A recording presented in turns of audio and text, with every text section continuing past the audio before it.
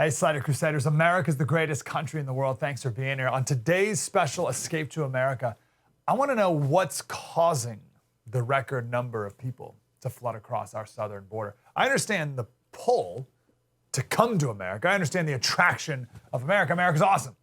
But I really want to understand more the push out of the Latin American countries, particularly what's called the Northern Triangle, Guatemala, Honduras, and El Salvador. What's going on there? What's life like in those countries that's causing people to leave, that's causing people to risk their lives to make this journey, sell their bodies along the way, and be in debt tens of thousands of dollars to the drug cartels in order to make it across and really live a life of slavery when you get here to repay your debts? I got a lot of questions. So let's learn about these countries today. We got some great guests coming up. I want to set the stage briefly here about how horrible this journey is and how the media, who weaponizes compassion against you, just ignores that, ignores how difficult this journey really is. People for open borders, they make up this movie in their head. They make up a movie in their head about the downtrodden immigrant who just wants a better life for himself here in America, works hard, succeeds, hooray. And the fewer details that they provide in their made-up story in their head, the better, right? Because they want to feel good. They want to pat themselves on the back for being such a good person for supporting open borders. So any details about the horror and the tragedy that takes place coming across the border, they have no room for that. Just on Monday, a couple days ago, San Diego, Border Patrol rescued a 5-year-old girl and a 6-year-old boy who were just abandoned in the desert by the drug cartels. This is compassion, we're told. What they never want to consider are the young girls and women who are kidnapped into the sex trade. There's a documentary on Fusion. It's on YouTube right now. It's called Pimp City. And it's about a city outside of Mexico City. And the main industry, the main export, is kidnapping girls and women and selling them up to Queens, New York, where they're then prostituted out up to 60 times a day. It's a free documentary, Pimp City. Houston is a major sex trafficking hub because it's right between LA and Miami, and it's in between, it's in the middle of America and Latin America right there, right? And a big port city, whole thing right on the border, obviously. So women who are looking to come to America, they don't have a visa, obviously, right? They don't have any money to pay these cartels, so they got to work a little, just a little, hey, come with us, we'll get you across, and you'll just work to pay it off in a restaurant. You'll just work, no big deal, just work in a restaurant for a little bit, and you'll make the money in no time. America's very rich. You'll make back these tens of thousands of dollars as debt, lickety-split. And then they get across the border, and the job description changed on them. Now they're prostitutes, and they're moving to different cities every 2 weeks. No one in these countries has the money to pay the cartels to get them here, so they live in debt. And if you don't pay your debt, your family will pay for it, oftentimes with their lives. I don't know what else you call that, if not slavery. And the people who support open borders enable this, allow this, ignore it, but it's still there. This is the New York Times from 2019. They wrote an article, quote, "You have to pay with your body. The hidden nightmare of sexual violence on the border." And then some quotes here. It starts off with a woman, a 36-year-old mother of 3 in McAllen, Texas, who was stored in a stash house. She's from Guatemala. She was there for weeks, and they drugged her with pills and cocaine and raped her constantly, and then in the end, they just dropped her off in the middle of nowhere. I'm not going to go over all these. I'll put these on the website, mikeslater.locals.com, so you can check these stories out if you want. But these are just some. They told us you have to pay with your body. Another woman, every time I closed my eyes, the men would appear. Another girl, she was 14. I didn't know what to do. My feet were tied up as she was repeatedly raped. I'll stop there. You get the point. Most everyone would be shocked at how prevalent sex trafficking is with these people who are coming across. The people who make it across are the lucky ones, and that doesn't say anything about what their journey was like. So again, I bring it up because people who enable open borders, they empower the cartels, they empower the sex traffickers to traffic women and little girls. If you are for open borders, you cannot deny the reality that you are enabling this. Now, I know you don't want to think about this. No one does. No one's enjoying what I'm talking about right now. But it's the reality. And if you care about the truth, then you have to acknowledge this. I'm not saying if you're for open borders, you want this to happen. No one wants this to happen. I'm saying if you're for open borders, you're enabling this to happen. See the difference? But so many people don't care. Just rather ignore it. Because once you accept this, well, then you maybe have to change your policy. You maybe have to change your thoughts. Heaven forbid, you may have to be in favor of a wall. Ooh, Trump was in favor of that. I can't ever be in favor of that. Therefore, come on over, everyone. You know, we hear all the time from the left when it comes to gun control. If it just saves one life, they say. But we don't hear about it with the border. We need to stop enriching and empowering the drug cartels. I'm for having order at the border because I don't want women and children to be raped and drugged into sex slavery. Order at the border, a coherent, clear message, a streamlined process for people who want to come across legally. It's better for us, and it's better for the people who want to come here.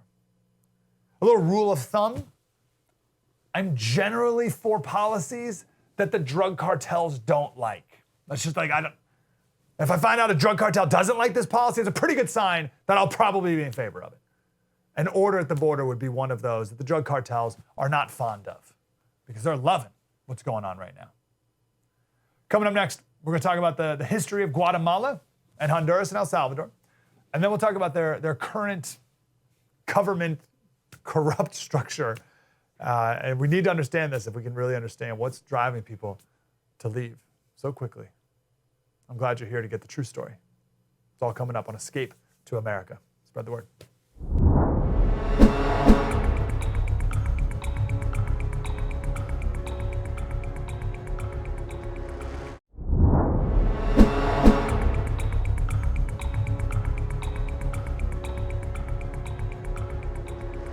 Hey, Slater Crusaders, welcome back to our special Escape to America. So I just want us to try and understand what it might be like to live in one of these Latin American countries and what they're escaping from. We found this clip of a woman being interviewed in Guatemala. Even though her earnings aren't sustainable, she's gathering all she can to pay a smuggler to take her to the United States. But it is not an easy choice. The tears that roll down her cheek reveal the weight of her decision. Right now, she doesn't have the money to bring her kids on the risky journey with her. She has no choice but to leave them behind. Sometimes I see my son walking barefoot, and I say to him, "Put on some shoes." "My shoes are broken," he'll say. And I'll say, "You see, that's why I want to leave." He'll come back to me and say, "No, Mommy, I'd rather walk barefoot. I'd rather wear the same clothes. I'd rather work, look for a job. We're all going to make it through." Something around 63% of people in Guatemala live below the poverty line, the world poverty line. That's less than $1.90 a day. Anna Quintana is here. She's the senior policy analyst of Latin America and the Western Hemisphere at Heritage. Ms. Quintana, how are you today?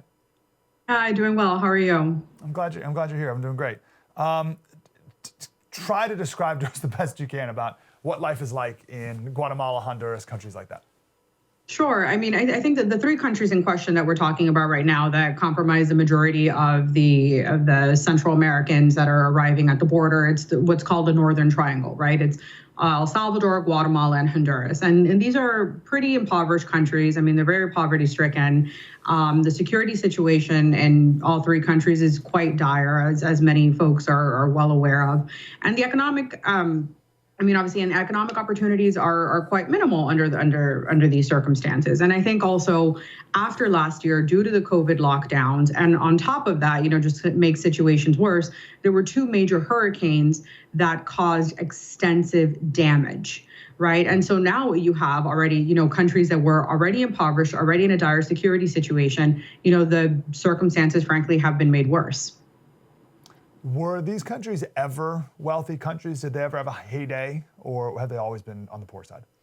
No. I think the way that we need to look at this is these are countries that recently emerged from civil wars, right? So their civil wars ended in the early 1990s. And so when we think of like what makes a functional country, a functional democracy, a functional economy. It's the kind of like the backbones have never truly been there for them. I mean, their civil wars ended, right? Their civil wars were quite dire, first of all, right? During the 70s and 80s, the 60s, 70s, and 80s. And then when they finally ended in the 90s, that they were caught in the midst of the transition from drug trafficking routes going from the Caribbean, then moving towards Central America through Mexico. So imagine you're a country, you're trying to form your institutions, and then your drug trafficking hit you. And so, it's kind of like this massive combination of factors as to which these countries could never become like fully fledgling democracies, and also why their economies could never truly flourish. What else do we need to know about the history of that part of the world, going back as far as you'd like? I think there's so much that we could sit here and talk about, right? We could talk about like the times of like Spanish colonialism and like why Costa Rica, for example, right? Like the name Rich Coast, the Spaniards invested much more in Costa Rica than like in the northern triangle portion. And that was essentially used as like the agricultural outpost. And there wasn't just much investment during that time. And yet during the Civil Wars, there wasn't much investment, obviously, in the educational institutions or investments beyond the capital areas, and why there's just so much poverty, again, in the rural areas. Like in the rural parts of Guatemala, that's where you see the majority of migration, of the majority of migrants coming to the United States. Similarly, in the situation in Honduras as well, right? It's the coffee industries, right? Like the areas where there's a lot of like agriculture dependency that just really is not, it's not functional right now. It's not profitable. That's why essentially folks feel like they have no reason to migrate, because their governments, I think, and that's honestly, and I hope we can talk about this, the grand tragedy in this entire migration story.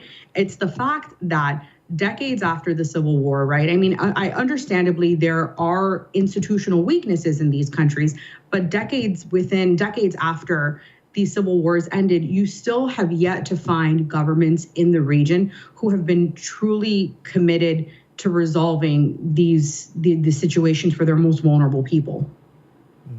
And what motivates that? Give us, where's the biggest failure point in these local governments or in these state country governments, or what do we need to know about that?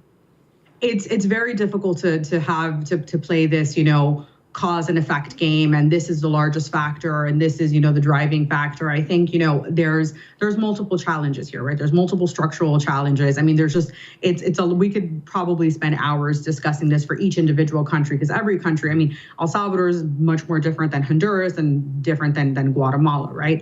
I think one issue that I think, we tend to focus on this. Well, we've given U.S. assistance to these countries, and why hasn't the circumstances changed? It's not so much that this is going to be a U.S. government-led effort. This is never going to be, the U.S. government is never going to fix or resolve or radically transform the situation in other countries, right? And I think that's the metric. If that's the metric by which we start trying to assess this, then we're already at the point of it's just not going to look good, right? Rather, we need to look at where can these countries improve on their own, right? How can these countries improve their ministries of justice, their ministries of security, so people have a modicum of hope that at least their situation at home is going to improve. Whenever there's a crime, for example, like in a country, in these countries, impunity rates high. If people are murdered, like less than 10% of these crimes ever go punished. Who is going to have confidence in their countries and actually want to stay there? I'm not this is not, a rationalization for anybody for migrating illegally whatsoever. But at the same time, it demonstrates why there is this massive outflow and why folks are just moving to leave, in addition to obviously America's own policies. Yeah, I don't blame these people at all for wanting to come to America, but by no means. So it's so interesting to say, because obviously my knee jerk is, well, what can America do? Like, what can we do to help these countries? But are you suggesting there's really like very little that we can do? It has to happen from within. And then I'm hopeless that these countries can be fixed from within. I mean, what experience do we have of countries in Latin and South America really improving? Maybe like Peru for a while, or what? What do we do? Or Chile, I should No, say, Chile. I honestly think that this idea that many people have that America needs to solve every other country's problems, that needs to stop. It should be an absolute non-starter. One, two, America is not the only donor at the table here and not the only one involved in humanitarian assistance, right? There's so many other international donors, but the problem is if the system is broken internally, then whatever assistance that you provide is not going to work. For example, in Honduras, right?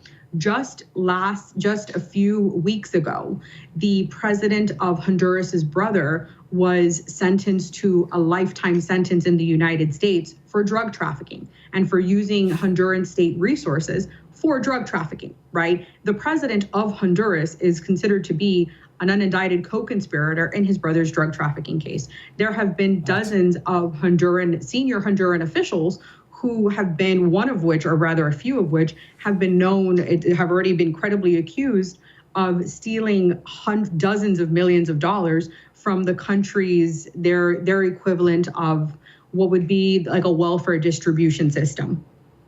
Right. I mean, so again, it does not matter how much assistance is given. It doesn't matter how much cooperation there is. If the system is inherently broken at the highest level, that trickles down to the bottom. And that essentially does not inspire hope within people or just kind of provide reassurance within people for individuals to stay. Then you compare that to a country like, say, El Salvador, right? Where if you look at the actual numbers of individuals who are arriving at the border, there's far less Salvadorans who are arriving at the border. Their security situation has improved within the last year. Their economic situation hasn't improved much. But at least individuals within that country have the idea, well, I have a government in place that's not stealing from me anymore. I have a government that's actually responding to the crime issue. So why am I going to leave? I don't want to leave my country. I'm feeling a little hopeless, Anna. Help me. Yeah, I don't have any hope. Is there an argument to be made that America allowing so many asylum seekers from these countries to come in here is like enabling the corrupt governments, or is that a thing or no? America should not be in the situation right now, not even just enabling the corrupt governments, but America should not be enabling the human smugglers, the human traffickers, because that's exactly what's going on right now, right? This is an absolute boon to the human trafficking industry. We are enabling human misery. And we're also destroying the opportunities for these countries to build a better future, right? So last month, 99,000 single adults were apprehended at the US border, right? These are the same individuals who you are going to want to help reconstruct and make their countries a better place, right? These are the change makers. These are the members of civil society. These are, this is like the community. So imagine 99,000 in just a single month. In terms of children, there was a 99% increase. I think it was like 19,000 minors, like unaccompanied minors apprehended at the border alone. These are minors who were sent off with smugglers to arrive at the United States. So imagine what potentially could have happened to these children who were just smuggled along with, these random coyotes who the parents probably didn't even know well, but just felt, well, the Biden administration has now made it much easier for me to send my kids off to America. Let me just risk. I mean, we all saw the video from a few weeks ago of those children being dropped off of this massive wall. They fell 14 feet. Imagine if you have any loved ones in your life that are 3-4 years old and they were dropped from a 14-foot wall, right? These are the kinds of things that are happening to kids on a regular basis because of the changes in U.S. immigration policy. We don't know how many never make the journey or get stuck in sex trade on the other side of the border or our side of the border and never get counted in that 19,000. My last question for you, Anna, is someone would hear that and say, yeah, the fact that a parent is willing to risk their child to take that journey shows how bad the situation is in those three countries. And the kind thing, the compassionate thing to do is to help these families and help these children live a more prosperous and safe life. And you and I are heartless for even questioning that narrative. What do you say to that? The compassionate thing, my opinion, is for someone to never have to leave their country, right? It's for someone to actually have a government that serves them, that serves their interests, and also to not have a U.S. administration that politicizes immigration policy just so they don't have to be different than Trump. right? Because that's what's being put in place right now. It's an absolute rejection of Trump administration policies simply because they don't want to be like the previous administration, even though the previous administration was focused on ensuring that children were not involved in, that we're not getting trafficked by coyotes, ensuring that, how does the US government cut into cartel profits, because human trafficking and human smuggling directly enables cartels. And so I'm sorry, but I don't see there is nothing humanitarian about encouraging child smuggling. There's nothing humanitarian about encouraging the potential exploitation of children, about vulnerable women. It absolutely does not exist. I think that's right. Ana Quintana, Senior Policy Analyst of Latin America, Western Hemisphere from the Great Heritage Foundation. Ana, let's talk again. Really appreciate you. Yeah, definitely. Let's chat soon. Yeah. Thanks for all that insight. Escape to America. True story. Mike Slater. Spread the word.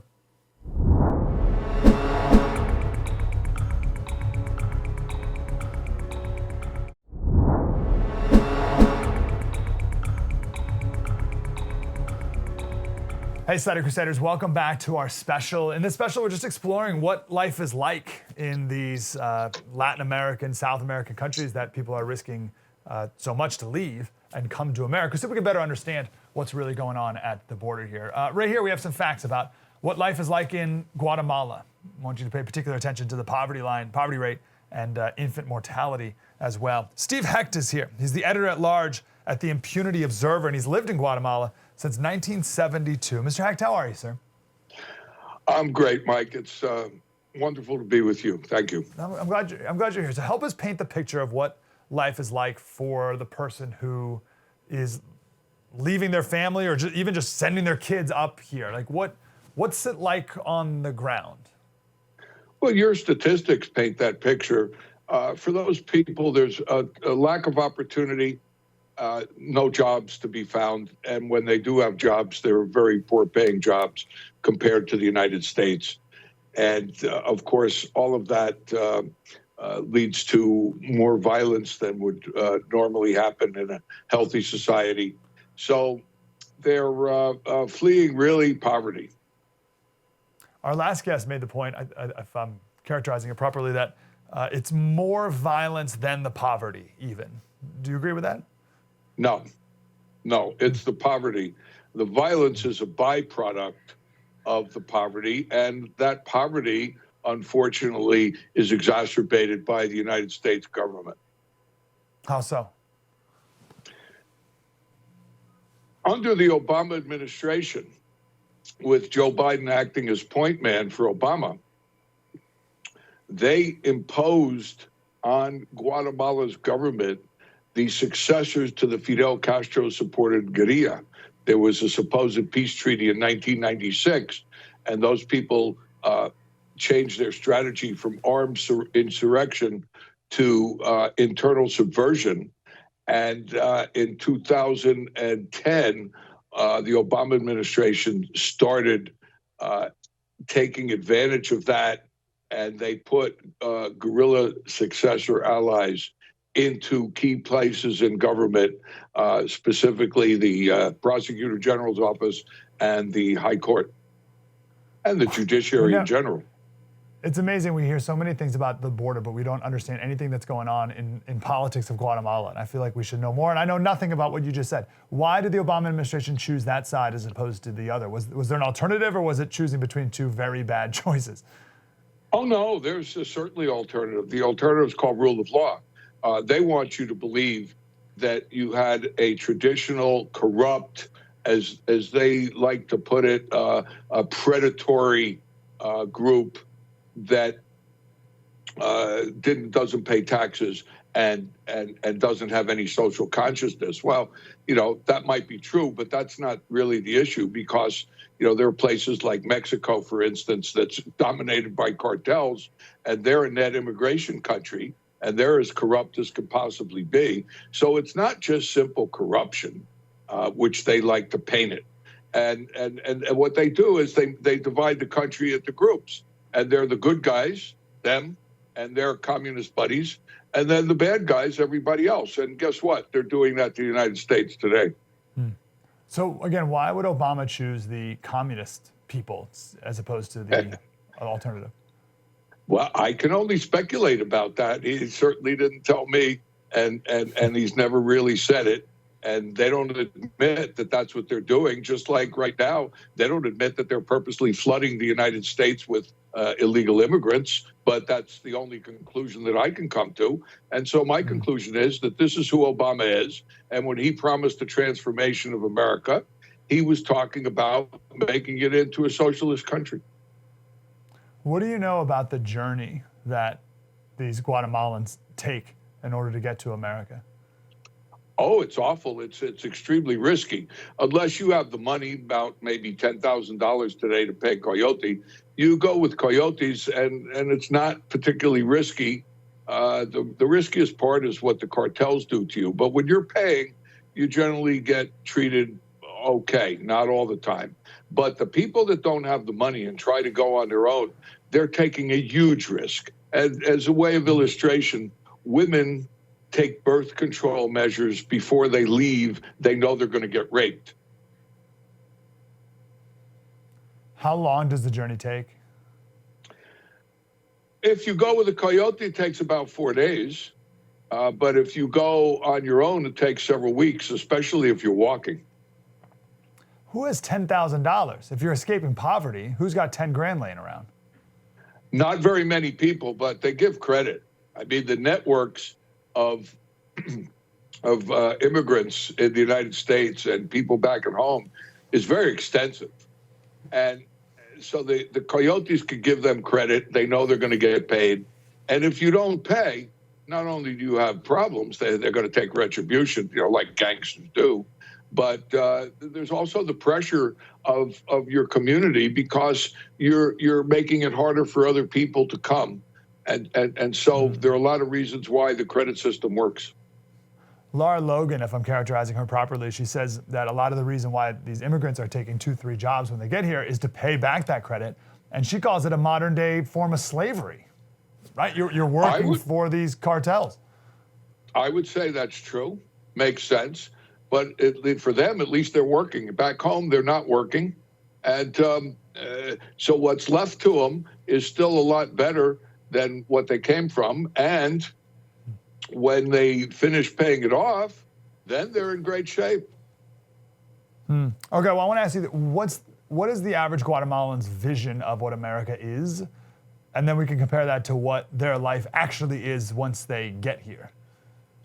If you're talking about the kind of people that take that dangerous journey and emigrate to the United States looking for more money, their view of America is the land of opportunity. That's where you go to get work. And they're not concerned about the hardships. They're willing to undergo those hardships because they don't have anything where they're coming from. And then when they get here, does it live up to that expectation that they've set? I think so, because they're still there. And, just in Guatemala, the remittances are now about $11 billion a year. Wow. And that's equal to the sum total of all of Guatemala's exports combined together. It's about 14% of their gross domestic product. So Guatemala is basically living off of those immigrants. They had to have known, too, these people in Guatemala, that Joe Biden won and that the border was now open. Is that true? Of course that's true. I mean, there are more cell phones in Guatemala than there are people.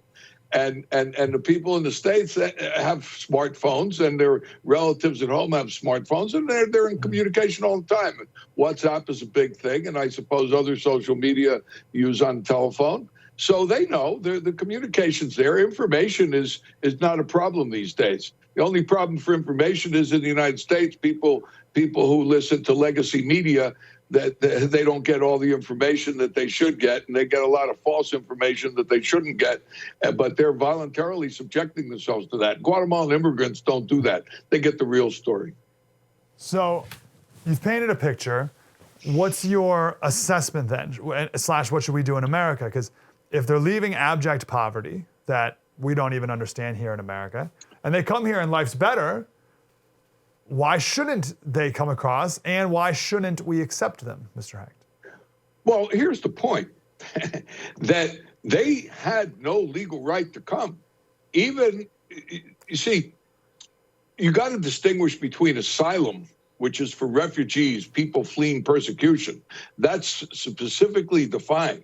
And then there are economic migrants. In other words, like Jen Psaki said recently, they're fleeing awful conditions and extreme poverty and violence. Those are not the conditions for asylum. That doesn't qualify for asylum.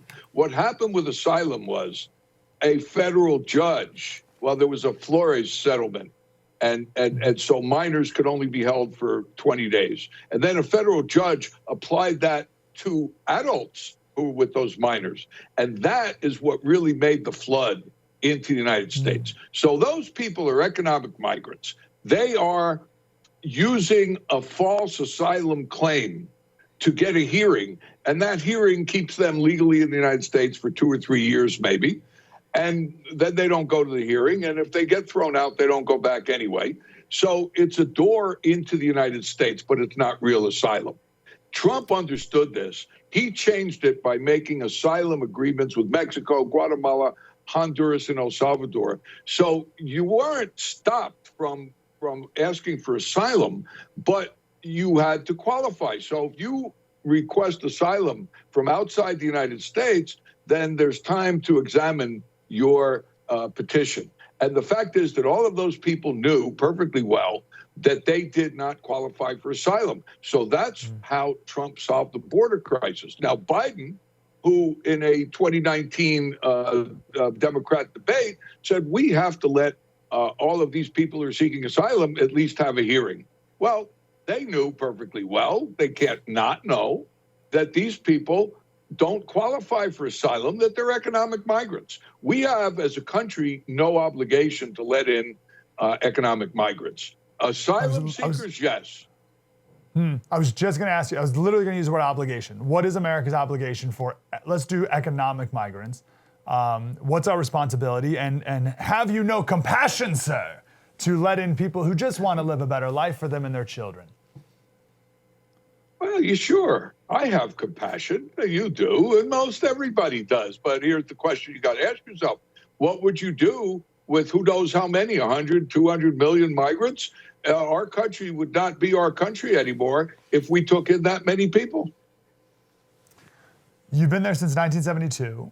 I want to ask you, what is a cultural aspect, what's one aspect of Guatemalan culture that you find to be compatible with American culture, and then another one that is incompatible with American culture?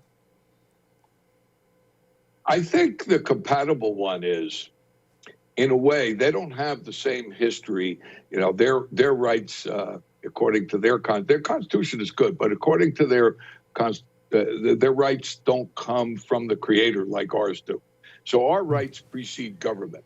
So we're a fiercely independent people, at least we have been recently, and now today it's a different story. But Guatemalans don't like to be dominated. They don't like to be told what to do. And that's the problem the United States is running into. That's what's happening to Biden. He was able to lean on them when he was vice president, running the show for Obama, because nobody could believe that the United States could act as criminally as it did.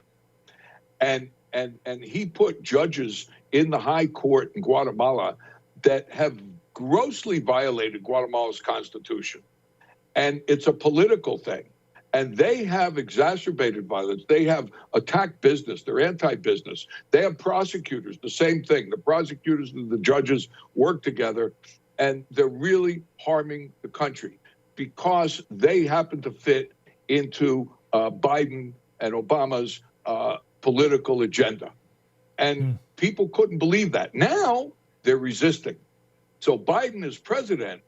The judges that he put in 5 years ago, their term is expiring on April 14th.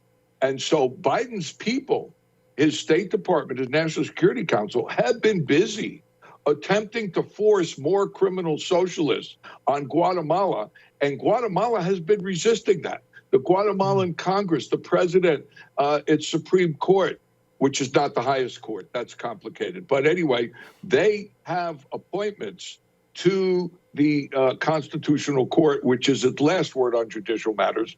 And Guatemalans don't want criminals running their court for another 5 years, and they've been resisting the United States. So all this talk about Biden is going to mitigate and now Kamala Harris, right?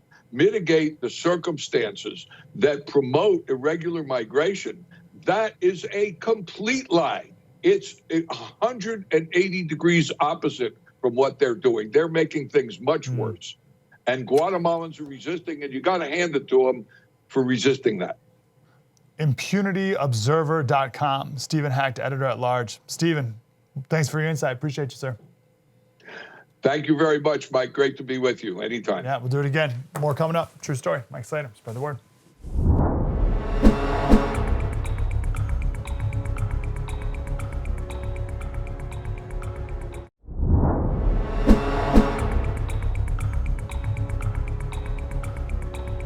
Hey, Slater Crusaders, welcome back to our special Escape to America. I started off the special with this topic because I think it's the most important topic and it's the least talked about, and that is the amount of sex trafficking that goes on and how our open border policy enables this. And no one wants to talk about it, no one wants to think about it because it's one of the most horrific things that exists, but it's real and it's happening.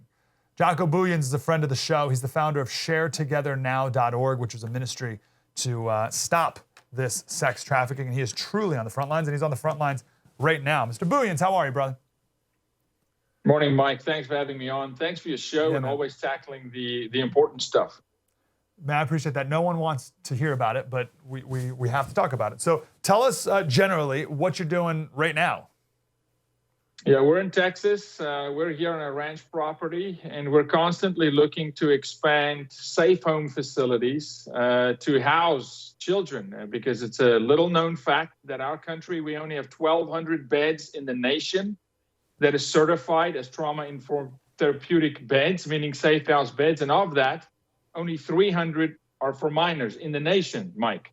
And so we're constantly looking at facilities like where we are today here in Texas, very close to where the action is, to looking at property where we can house children, minors particularly, Americans first.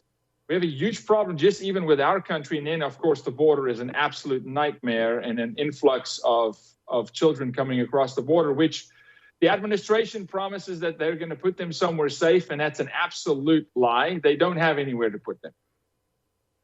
Can you tell us how prevalent, well, I don't know, if we can start with prevalent / harrowing the journey is across when it comes to having to pay with bodies? Man, look, I want to focus on the journey, right? Just imagine this. Presidents of other nations, Honduras, Guatemala, Cuba, Mexico, where's the responsibility on those guys taking care of their own children? They allow these kids to be marched 200 to 500 miles, malnourished, tossed over walls, trafficked, sexually exploited in the journey, dehydrated before they even get to our border, Mike. Where's the responsibility? Where's the cry from humanity saying, hey, you guys got to take care of your own children? They let these coyotes and mules walk these kids who are basically sold by their parents. So it's sex trafficking from the get-go. Parents are selling their children into the hands of someone that's quote unquote now all of a sudden a pseudo family member to take them to a country where they don't know the language, they know nothing, they die on the journey. They're dropped off, as we saw yesterday, a 10-year-old discovered and can't speak the language, is in the middle of Texas with rattlesnakes and who knows what. It is absolute child endangerment in the countries where they come from. And for our administration to open our borders and say, yeah, bring them. We can place these children as safe families. We can't even keep our own foster kids safe in this country. So then when they even get here, no one, so let's say they go, like the San Diego Convention Center has 500 girls between the ages of 13 and 17, and they got to figure out where to place these girls. No one follows up on where these people are even placed. We just assume that they're sent to the loving arms of a family member here. But I doubt that works out well. Now, Mike, here's the numbers. These are real numbers. And this is not just today. These are numbers under Bush, Obama, Clinton, and then we saw a real change under Trump. 30% of children that cross the border today, 30% of them will be sex trafficked in the United States. 30% of them. 60% of the children that cross the border will at some point be sexually exploited. They're going to be placed in the foster care system. Our foster care system cannot handle these children. There are no safe homes. You can't put these kids in shelters. There aren't facilities. So this is reckless by the administration. And you got to look at the numbers. We got almost 3,000 boys in the Dallas Convention Center. Where are they going to go? I'm in this fight every single day, Mike. I'm telling you, there's nowhere for them to go. I mean, we're out here in the woods looking for facilities as an NGO, no government support, to just expand bed counts for where do you put children? Here, California, Alabama.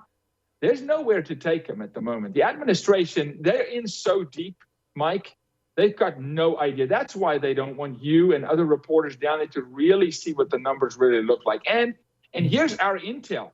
We haven't even scratched the surface. The caravans that are coming, the amount of children that's coming, by the end of April, May, it's staggering. I want to focus on this 30%. You say 30, how did you say 30% of kids will end up in sex trafficking? 30% of the children that come across the border will be inside the sex trafficking trade inside the United States, perpetually trafficked over a period of time. Okay. What's that look like? No one has a space for that in their brain. What does that look like? That looks like tapping every American system. That taps the healthcare system. It taps our police forces that are underfunded. We don't have task forces. And number one, when we find one of these children, you can't track them. You can't trace them. They're ghosts, Mike.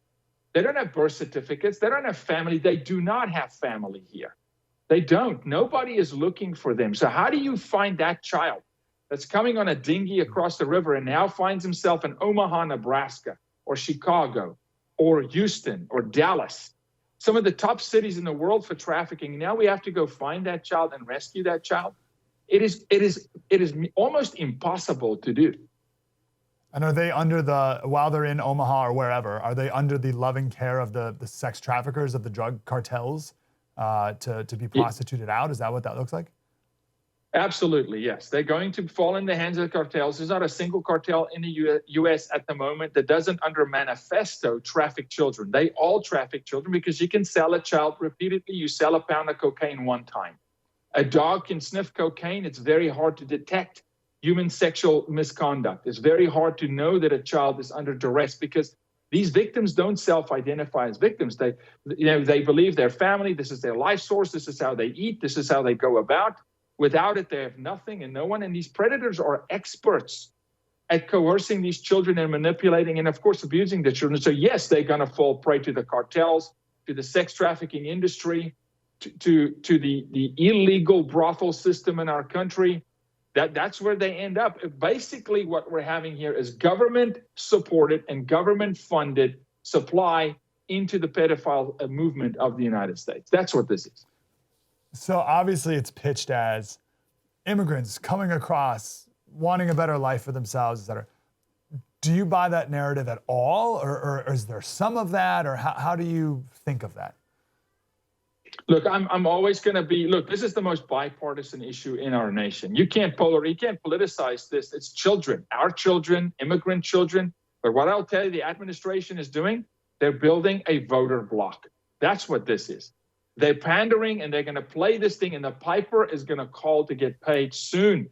The next election cycle, they're going to remind the Hispanic community. Remember, we let everybody in. Remember, we don't profile. Remember, we opened the gates.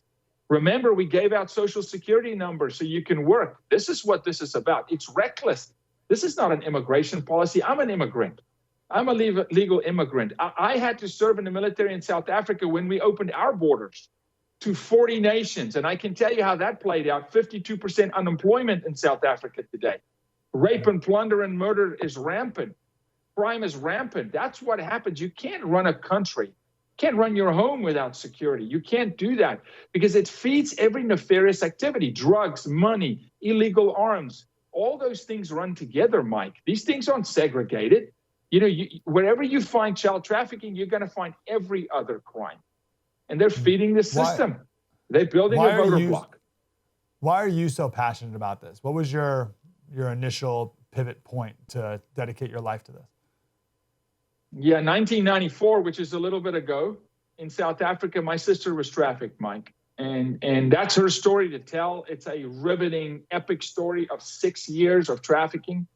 We learned as two brothers through her eyes and what that looks like. And then we immigrated to the U.S. to help her have a better life. And then I came to the harsh reality of the fact that we're the #1 nation on earth, Mike, commercializing sex with children. That's a bitter pill to swallow, but it's us, it's the U.S. because of policies like this. We look the other way. We're sexualizing children in the classroom with comprehensive sex ed. We're teaching gender fluidity and gender confusion in kindergarten, experimentation at 10-year-olds. We have drag queen story hour in Barnes & Noble, for crying out loud. When you sexualize a child, you rob and strip that child of his future. There's no question. There's no argument against it. Jocko, I got 30 seconds. What do you say to the average person who is in favor of open borders because it's the compassionate thing to do, it's the nice thing to do? How do you talk to them to open their eyes about the reality of what they're really supporting? You're inviting trafficking into your community. You got to think of your own child, because I promise you, when it's your child, you're going to beat our doors down to come help you find your child and find your child a safe place and to restore a life. And this is wake-up time for America to start putting children ahead of politics. And look at every single politician that supports a policy like this. They do not care about our children, period. ShareTogetherNow.org. ShareTogetherNow.org to support Jocko Bouillon's ministry and what they're doing. Jocko, super grateful for you, brother. Keep up the wonderful work. Mike, appreciate you and everybody on the network. Thank you very much. God bless you. ShareTogetherNow.org. No one wants to think about it, but that is the true story of what's happening at our border. Mike Slater, spread the word.